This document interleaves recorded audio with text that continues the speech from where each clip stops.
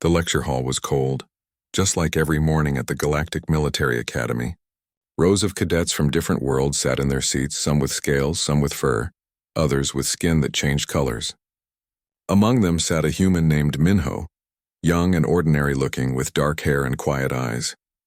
He always chose the back row away from attention. Instructor Velthar walked to the front of the room. He was a saurian, tall and covered in dark green scales that reflected the lights.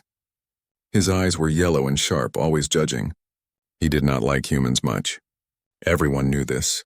"Today we study the HFY War," Velthar announced, his voice deep and rough. 3 years have passed since we defeated them.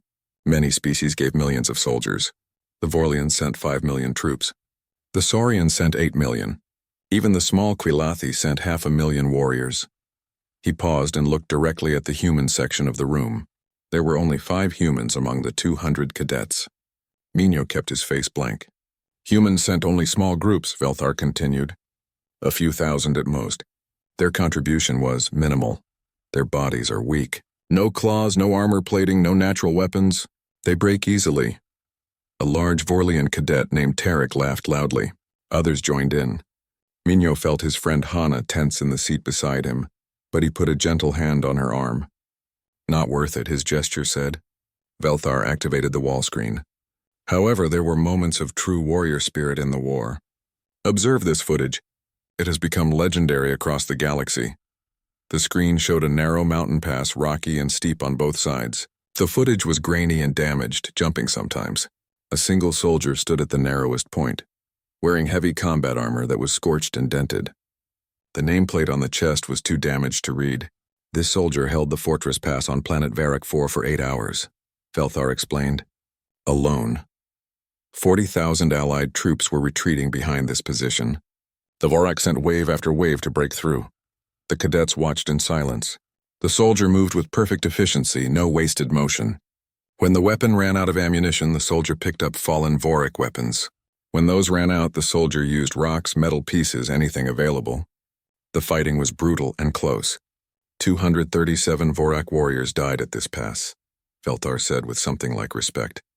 This unknown soldier represents what true combat capability looks like. Strength, endurance, will.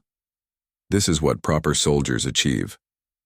He turned off the screen and looked at the human cadets again. Unlike some species who hide behind their technology because their bodies are too fragile for real combat. More laughter. Minho's jaw tightened just slightly, but his expression remained calm. He had learned to keep everything inside. After class, Tarek blocked Minho's path in the hallway. The Vorlian was twice Minho's size, with 4 arms and thick blue skin that could stop small-caliber rounds naturally. "Human," Tarek said loudly, making sure others heard. "I challenge you to a combat simulation. 3 days from now, let us see if your species can do anything except hide behind computers." Minho tried to step around him. "I'm not interested, Tarek. I'm here to study fleet coordination, not fight." "Scared?" Tarek pushed. "Afraid everyone will see how weak humans truly are?" A crowd was forming. Cadets from different species watched with interest.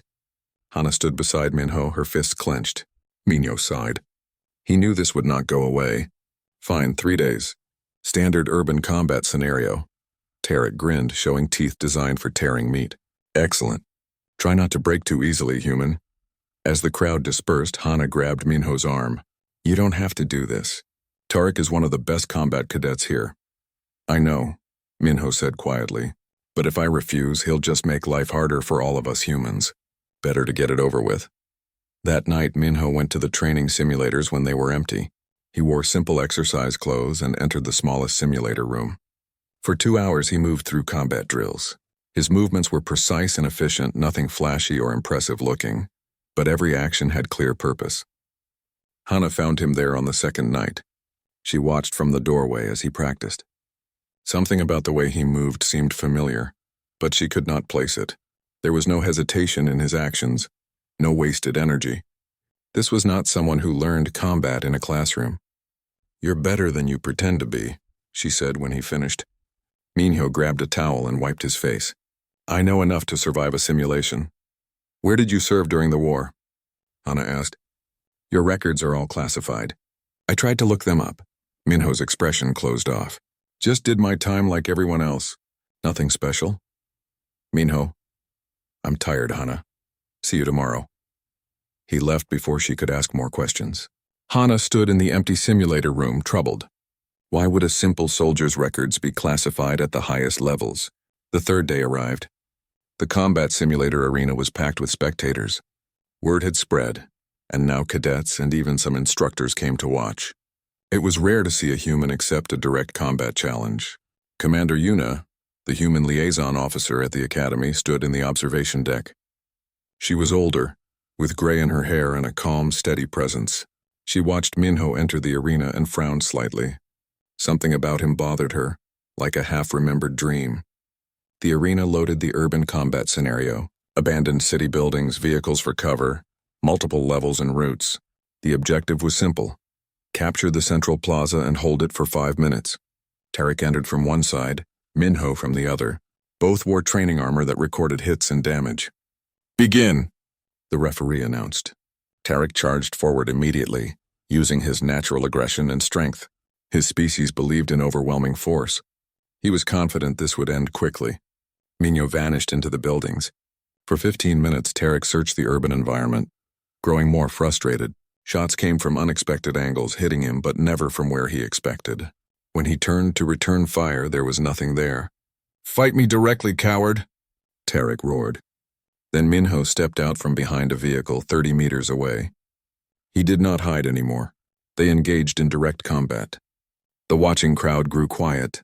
Minho moved with that same efficient precision from his training, but now they saw it applied against a real opponent. He used the terrain, predicted Tarek's attacks, turned the Vorlian's strength against him. Tarek was bigger and stronger, but Minho was always 2 steps ahead. 5 minutes later, Minho stood in the central plaza. Simulation complete. Victory. The crowd was silent as both cadets left the arena. Tarek looked shocked and angry. Minho looked tired. Instructor Velthar watched from his office later, reviewing footage of the match. Something nagged at his mind. He pulled up the legendary Fortress Pass footage and played both videos side by side. The movement patterns were identical.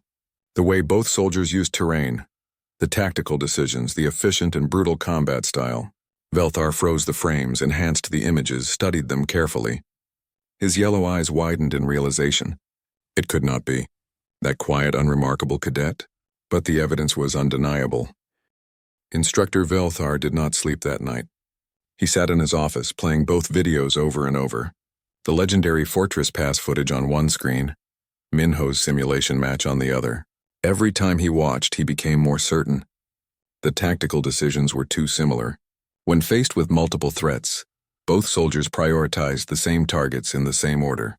When using cover, they both moved in patterns that military experts had analyzed for years, trying to understand the thinking behind them. The way they turned defensive positions into traps, the timing of their counterattacks, even small details like how they checked corners and cleared rooms. This was not coincidence. This was the same person. But it seemed impossible. That legendary soldier was a myth across the galaxy, analyzed in military academies on 100 worlds. Surely such a warrior would be celebrated, given high rank, treated as a hero. Why would he be hiding as a regular cadet? Velthar pulled up Minho's service records again. Most of it was black bars of classified information. Only basic details showed.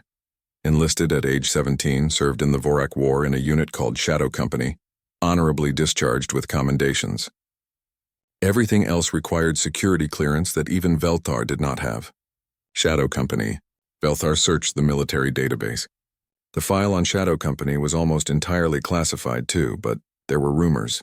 Small human units sent on impossible missions. Suicide runs that they somehow survived. Casualty rates above 90%. The few details available made Velthar's scales tingle with discomfort. He needed to be certain before doing anything. Tomorrow he would watch Minho more carefully. Meanwhile, across the academy, Hana could not stop thinking about the simulation match. She had watched Minho fight, and it awakened a memory she could not quite grasp. Something about his movements, his tactics, reminded her of something. She went to her quarters and accessed the military history files. The HFY War section had thousands of documents and videos. She started searching randomly at first, then more specifically, human combat footage, defensive battles, solo actions. 3 hours later, she found the Fortress Pass footage. Every military student had seen it at some point, but she watched it again now with new eyes. Her breath caught in her throat. She played Minho's simulation match on her datapad, then the Fortress Pass footage on her wall screen, side by side. "Oh no," she whispered. "Minho, what did you go through?" The next morning, Hana tried to act normal when she saw Minho in the cafeteria. He was eating alone as usual, reading something on his datapad. She sat down across from him. "Good morning," Minho said with a small smile. "You look tired." "Didn't sleep well," Hana replied. She wanted to ask him directly but did not know how. "The simulation yesterday. You were incredible. Where did you learn to fight like that?" Minho's smile faded slightly. "Just training. Everyone learns combat basics." "That wasn't basics, Minho. That was expert level. I paid attention during the war." He stood up, taking his tray. "I should get to class." "Minho, wait." But he was already walking away. Hana watched him go, frustrated and worried. He was hiding something painful. She could see it in his eyes. The question was what and why. In the tactical combat classroom, Velthar called the session to order. His yellow eyes kept moving to Minho in the back row. The human sat quietly, taking notes like always, giving no sign that he was anything special. Velthar made a decision. He would test his theory. "Today we will analyze defensive scenarios," he announced. "I want each of you to review a battle situation and propose a solution." "Cadet Minho." Minho looked up, surprised to be called on. "Yes, instructor?" Velthar displayed a tactical map on the screen. "Small force holding a position against superior numbers. The enemy has better weapons and armor. Your force must hold for 6 hours until reinforcements arrive." "What is your strategy?" The classroom waited. This was a complex problem with no easy answer. Most cadets would need time to think. Minho studied the map for 30 seconds. "Position the bulk of the force here at this choke point. It looks defensive, but it's a trap. Make the enemy commit to that approach. Meanwhile, split off 3 small teams to hit their flanks and supply lines. The enemy will think you're desperate and scatter their forces to chase the small teams. Then collapse your defensive position on purpose. Let them push through into this kill zone you've prepared behind it. When they're extended and disorganized, the small teams circle back and cut off their retreat. Now you have them surrounded in terrain that favors the defender." The classroom was silent. Velthar's scales rippled with emotion. "That strategy," another instructor said slowly. "That is very similar to what happened at Fortress Pass." Minho's face went carefully blank. "It's basic asymmetric warfare doctrine. Use enemy aggression against them." "But the specific details," the instructor pressed. "The timing, the positioning, the way you described the trap." "Class dismissed," Velthar said sharply. The other instructor looked at him in surprise, but Velthar's expression allowed no argument. "All cadets except Cadet Minho leave now." The cadets filed out slowly, whispering to each other. Hana gave Minho a worried look before leaving. Soon only Minho and Velthar remained. Velthar locked the door and turned to face Minho. "I know who you are." Minho said nothing. His face was calm, but his hands were tense. "The soldier from Fortress Pass," Velthar continued. "It's you. I have watched the footage 100 times. I compared it to your simulation match. The patterns are identical." "I don't know what you're talking about," Minho said quietly. "Do not insult my intelligence." Velthar's voice was not angry, just certain. "I have spent 30 years studying combat. I know what I see. The question is why you are hiding it." Minho stood up. "Because that's not who I want to be anymore." The simple honesty in his voice made Velthar pause. "Explain." Minho was quiet for a long moment. When he spoke, his voice was tired. "The war is over. I did what I had to do. Now I want to learn something different. Fleet coordination, strategy, ways to help people without killing anyone. But if people know who I am, they only see the soldier. They want stories about the fighting. They want me to train others to kill. I'm done with that." "You are a hero," Velthar said. "You saved 40,000 lives.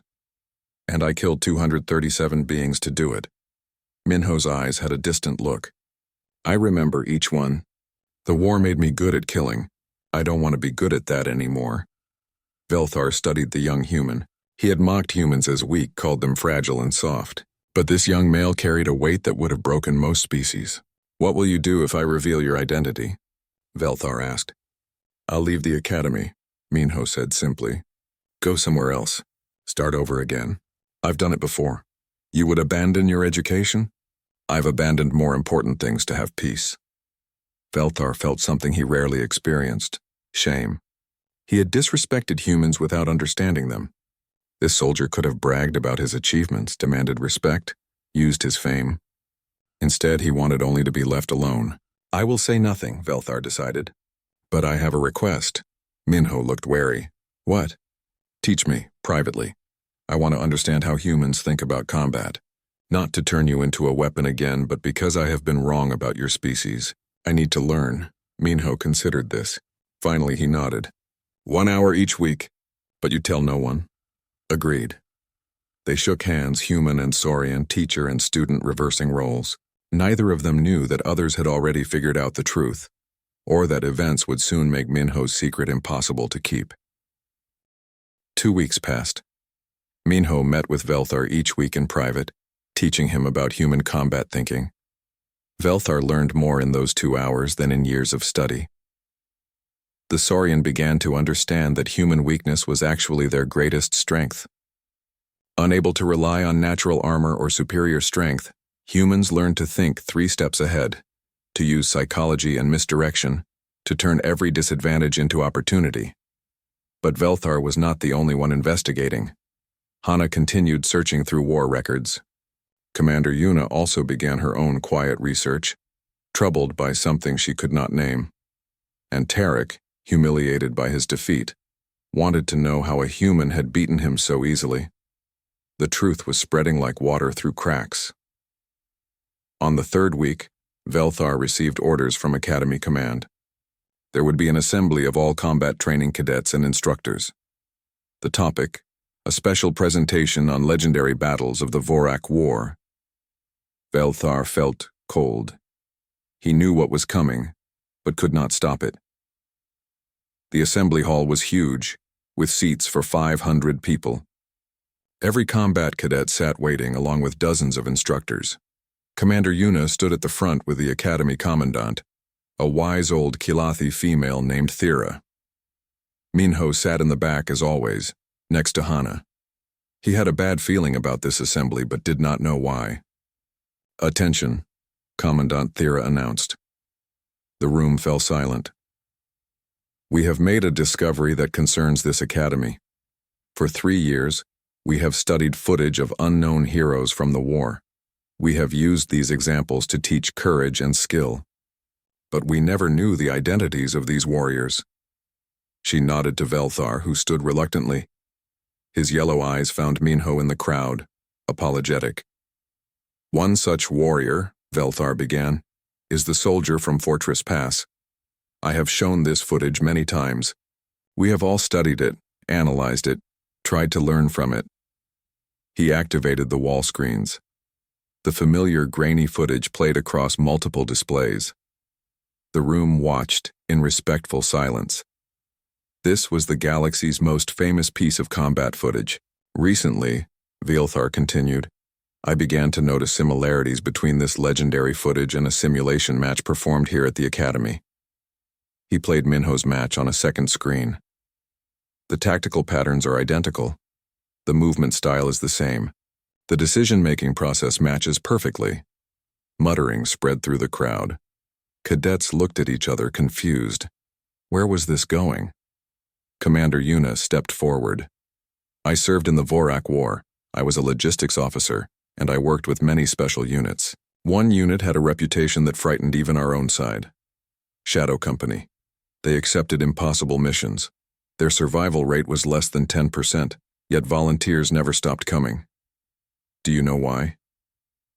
The room was silent. Because Shadow Company never failed a mission, Yuna said. Never. In 4 years of war, they completed every assignment, no matter the cost.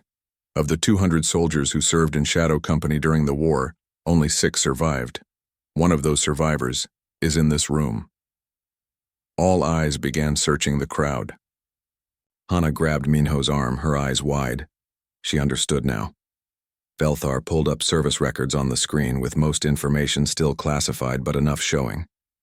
Shadow Company, 3rd Strike Team.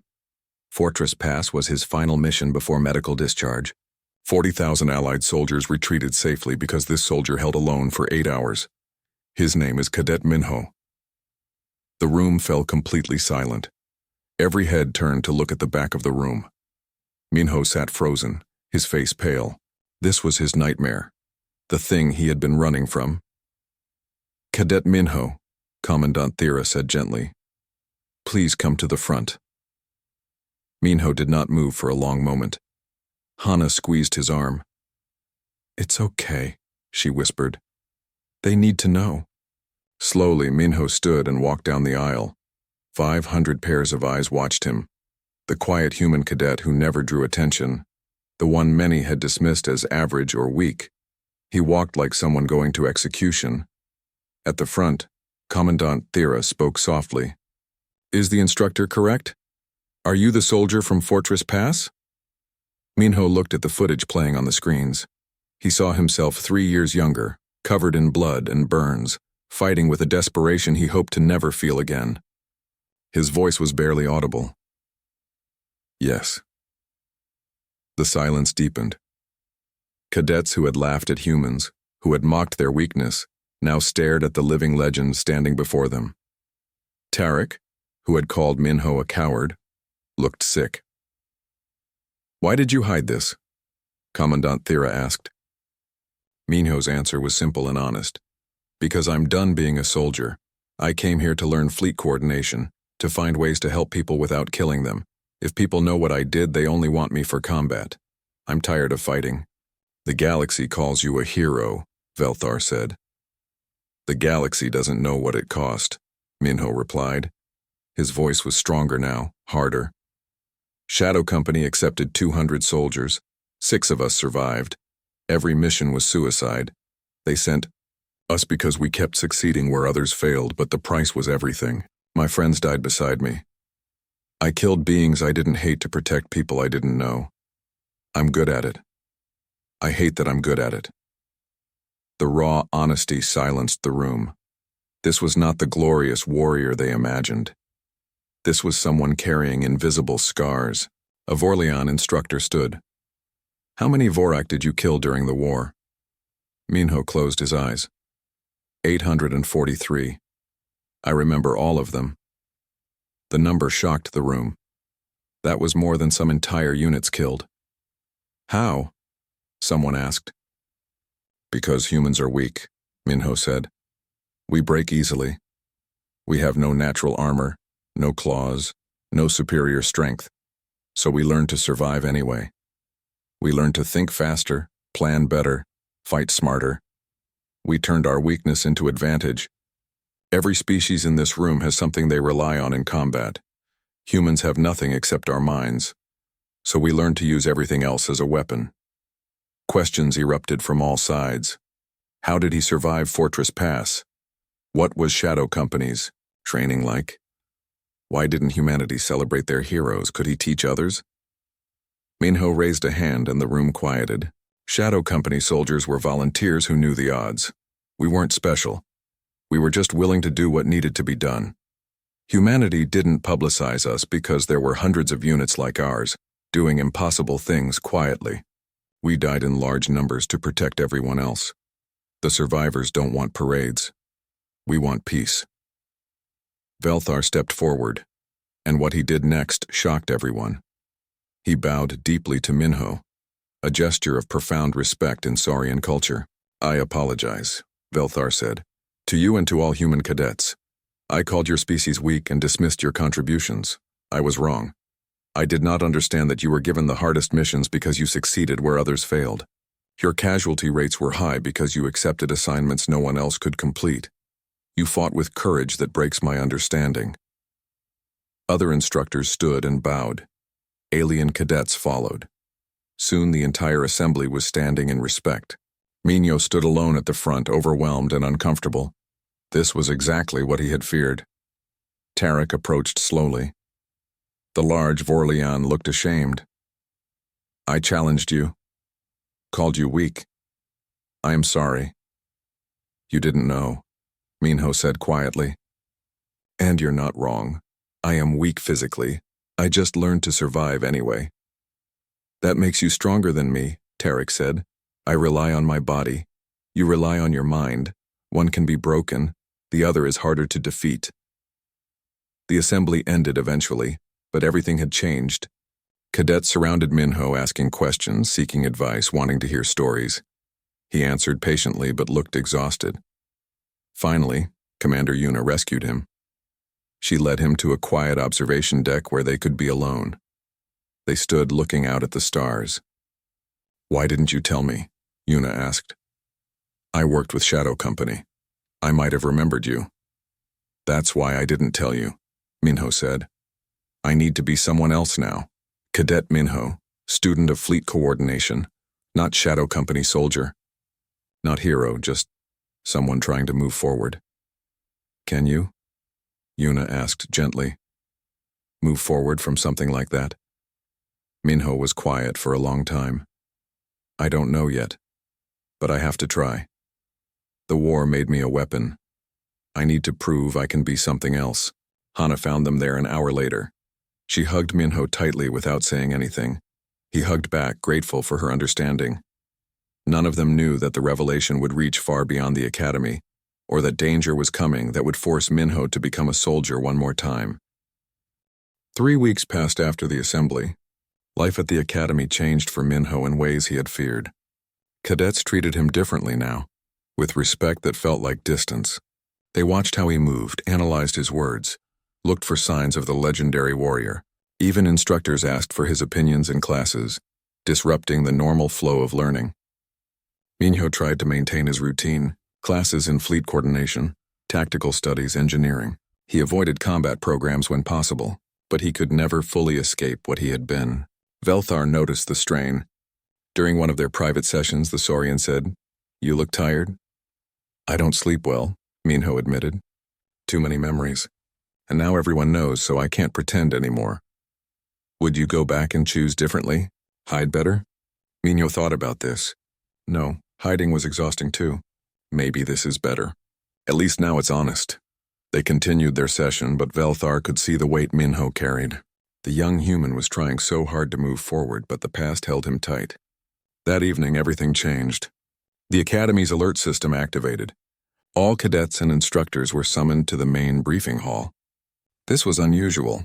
Emergency drills were scheduled, not sudden. Commander Yuna stood at the front, her face grave. Fleet Admiral Kresh appeared on the screen behind her. A massive Vorlian with scars covering his arms. 3 hours ago, Admiral Kresh announced, we received distress calls from the outer colonies. A Vorak splinter faction has emerged. They have new technology and are attacking civilian targets. We believe the Vorak were defeated and scattered. We were wrong. The hall erupted in shocked voices. The Vorak War had ended 3 years ago. The enemy was supposed to be finished. Admiral Kresh raised a hand for silence. This faction calls themselves the Crimson Claw. They have been hiding and rebuilding. Their attacks are coordinated and brutal. They are using hit-and-run tactics that our forces cannot counter effectively. We are requesting assistance from the Academy. Commandant Thera stood. What kind of assistance? We need instructors and advanced cadets to help train rapid response teams. Your combat programs are the best in the galaxy. We need that expertise now. Velthar immediately volunteered. So did several other instructors and senior cadets. The warrior spirit in them responded to the call. Minho sat quietly in the back. This was not his war anymore. He had done his time. Someone else could handle it. The volunteers would leave in 2 days. The academy buzzed with preparation and nervous energy. Students talked about the Vorak threat, about combat, about duty. Minho avoided these conversations. On the second day, news came that made everything worse. A civilian transport convoy near Earth's outer colonies had been attacked by the Crimson Claw. 30 ships destroyed. Thousands dead. Among them was Commander Yuna, who had been traveling home on leave. The news struck the human cadets like a physical blow. Yuna had been their mentor, their advocate, their connection to home. She had helped many of them get into the academy. Now she was gone. Hana collapsed in her quarters, sobbing. Other human cadets gathered, sharing grief and anger. Minho sat with them, his face expressionless but his hands shaking. That night Minho could not sleep. He stood in the memorial hall where Yuna's name had been added to the wall of honored dead. Her service record was displayed. 23 years in the fleet. decorated for valor, beloved teacher and officer. He stood there for hours, memories flooding back. The War Shadow Company, the faces of friends who died, and now Yuna, who had given him a chance to be something other than a killer. The Crimson Claw had taken her. Around midnight, Minho walked to the commandant's office. Thera was still awake, reviewing deployment plans. She looked up when he entered. "Cadet Minho, you should be resting." "I volunteer," Minho said. "For the training operation. I want to go." Thera studied him carefully. "You have been avoiding combat programs. You made it clear you wanted to move past that life. Why change now?" "Because my friends are hurting," Minho said. "Because Commander Yuna deserved better. Because the Crimson Claw needs to be stopped. And I know how to fight Vorak. I might not want to be a soldier anymore, but I can't ignore this." "You will be assigned as a tactical consultant only," Thera said firmly. "You will train others, not fight directly. Can you accept that?" "Yes. This could set back your healing. You have been working hard to move forward." Minho's smile was sad. "Maybe I can never fully move forward. Maybe the best I can do is choose when to look back." Thera approved his deployment. The next morning, Minho joined the other volunteers boarding the transport ship. Velthar greeted him with a nod of respect.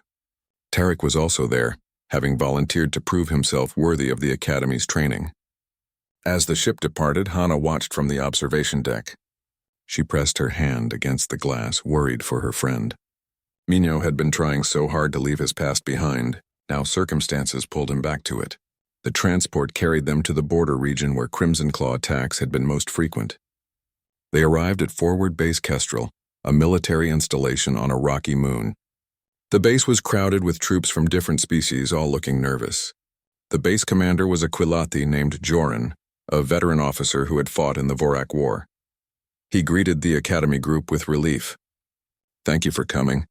Our troops are brave but unprepared for this kind of enemy.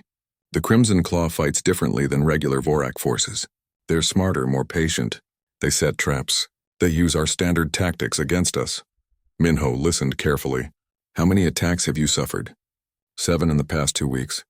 "We've lost over 300 personnel. We can't predict their movements or counter their strategies." "I can help with that," Minho said quietly. "I know how they think." Over the next week, Minho trained the base's rapid response teams. He taught them human tactics, thinking 3 steps ahead using psychology, turning enemy strengths into weaknesses. The methods felt alien to most species, who relied on straightforward combat and superior force. Tarek struggled at first but gradually began to understand. Velthar helped translate Minho's lessons into terms other species could grasp. The training was intense and exhausting. During breaks, soldiers would ask Minho about the war, about Fortress Pass, about Shadow Company. He answered briefly, giving tactical information but avoiding personal details. He was here to teach, not to relive trauma. On the 8th day, the Crimson Claw attacked a nearby mining colony. The base sent reinforcements, but they arrived too late. The colony was destroyed, 40 miners dead. The enemy vanished before reinforcements could engage. That night, Minho studied reports of all 7 previous attacks. He spread maps and data across a table in the command center, looking for patterns. Velthar found him there at 3 in the morning. "You should rest," the Saurian said. "They're following a pattern," Minho muttered, moving pieces on the map. "Each attack is closer to this base. They're not random raids. They're testing us, learning our response times, our tactics, our weaknesses. You think they're planning to attack the base? I think they're planning to destroy it. And soon, maybe days. Should we evacuate?" Minho looked up, his eyes cold and calculating. "No, we should prepare. If they want a battle, we'll give them one. But on our terms." "You sound like a soldier again," Velthar observed. "I know." Minho's expression was troubled. "That's what worries me. It comes back so easily, like I never left." They worked through the night, preparing defensive plans and training scenarios. Minho pushed the troops hard the next day, drilling them on the tactics he predicted the Crimson Claw would use. Some soldiers complained about the intensity. Minho ignored them. He had seen what happened when people were unprepared for Vorak attacks. On the 10th day, sensors detected ships approaching the base, multiple vessels moving in attack formation. The Crimson Claw had come. Alarms blared across the base. Soldiers rushed to defensive positions. Commander Joran activated the base shields and prepared to call for reinforcements. Then the shields failed. Enemy technology disrupted them. Communications went down. The base was isolated and vulnerable. In the chaos, Commander Joran was killed by the first strike. Officers shouted contradictory orders. Panic spread. The base's defenses were collapsing. Minho stood in the command center, watching the tactical display. He saw the pattern of the attack, recognized the strategy. This was exactly like dozens of battles he had fought before. Without thinking, without planning, his training took over. His voice cut through the chaos with absolute authority. All units, this is Tactical Consultant Minho. Commander Joran is down. I am assuming command. Acknowledge.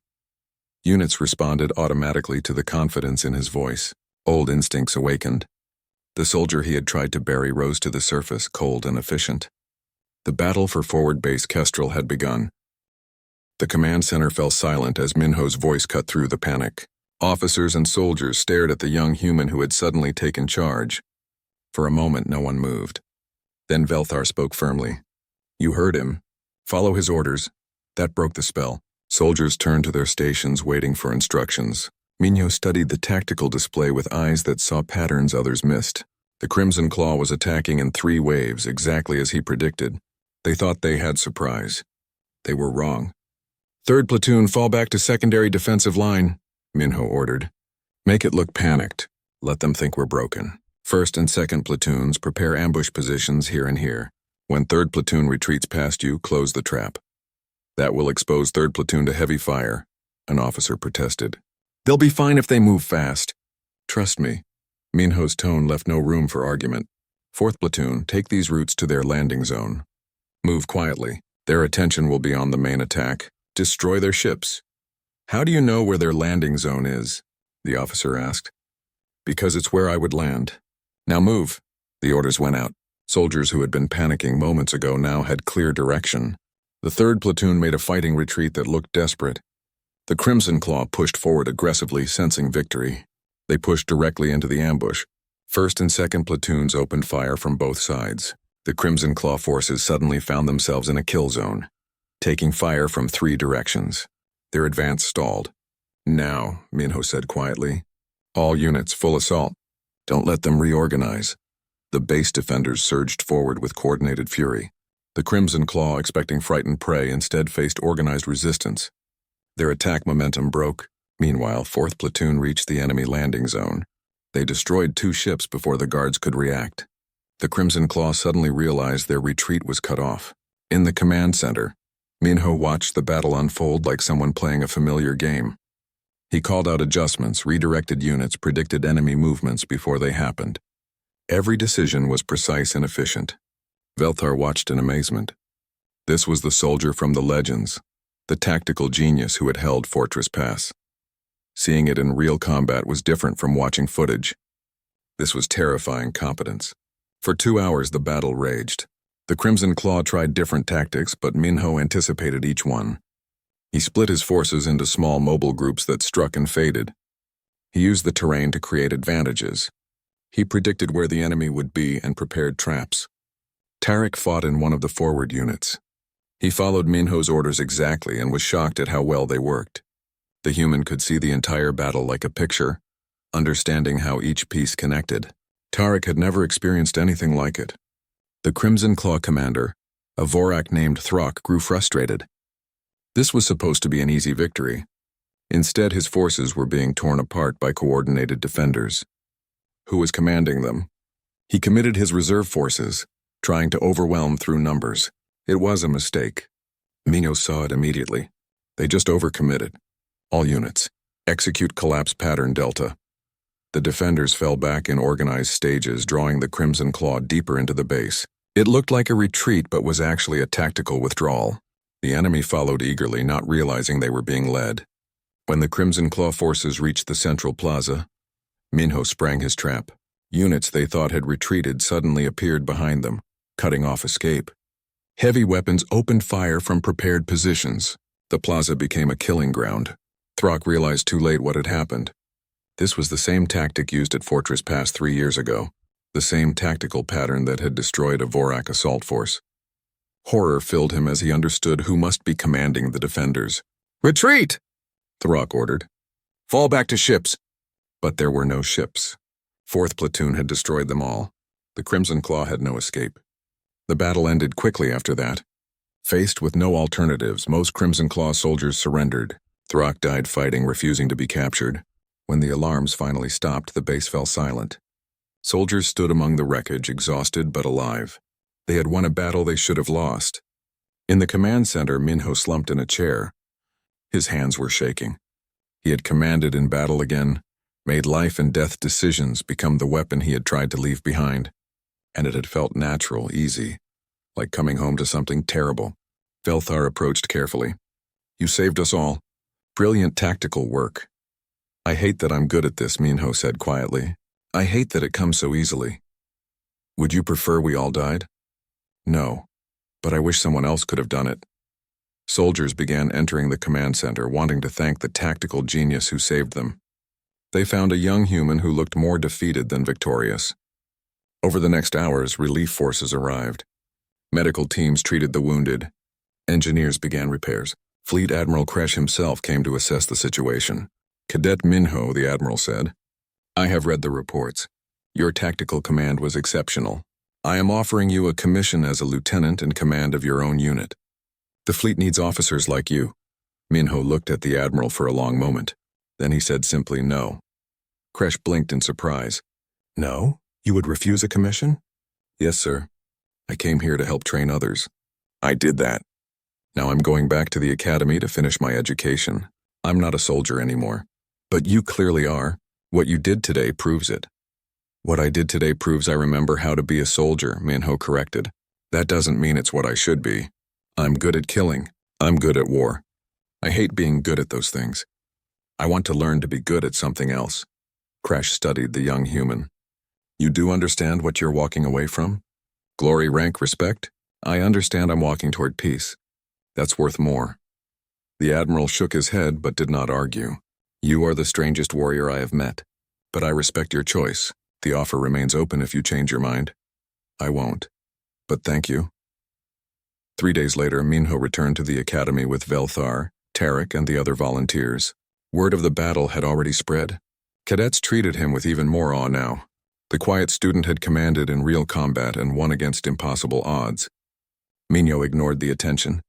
He returned to his classes in fleet coordination, tactical studies, and engineering. He was polite but firm when people asked about the battle. He had done what was necessary. Now he was moving forward. Hana found him one evening on the observation deck staring at the stars. She sat beside him quietly. Are you okay? She asked finally. No, Minho said honestly. But I will be eventually.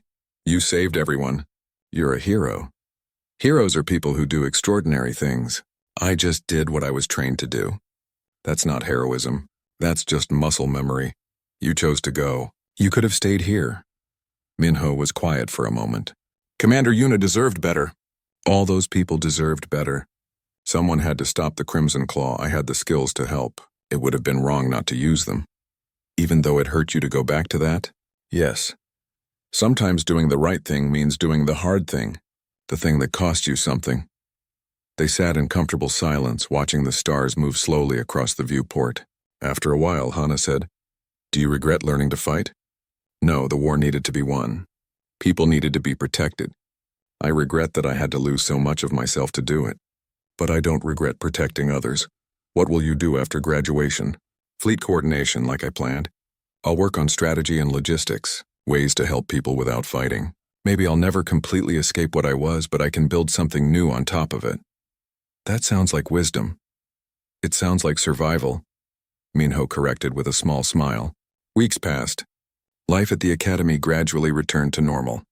Minho continued his studies. He still met with Velthar weekly, but now they discussed more than combat.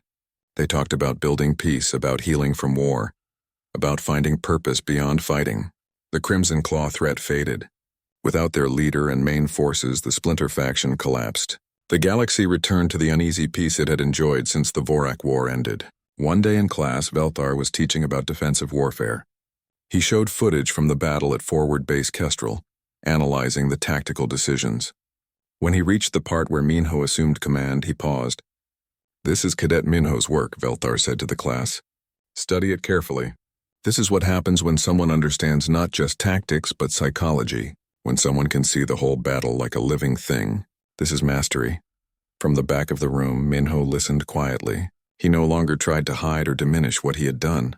He accepted it as part of who he was. But it was only part, not the whole. After class, a new cadet approached him nervously. "Sir, could you teach me how to fight like you?"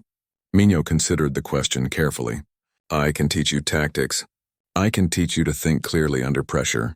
But I hope you never have to fight like I did. I hope your generation finds better ways to solve problems. But what if we have to fight? Then you'll learn like I did. Necessity is a harsh teacher. But maybe you'll learn faster, with less cost because people like me already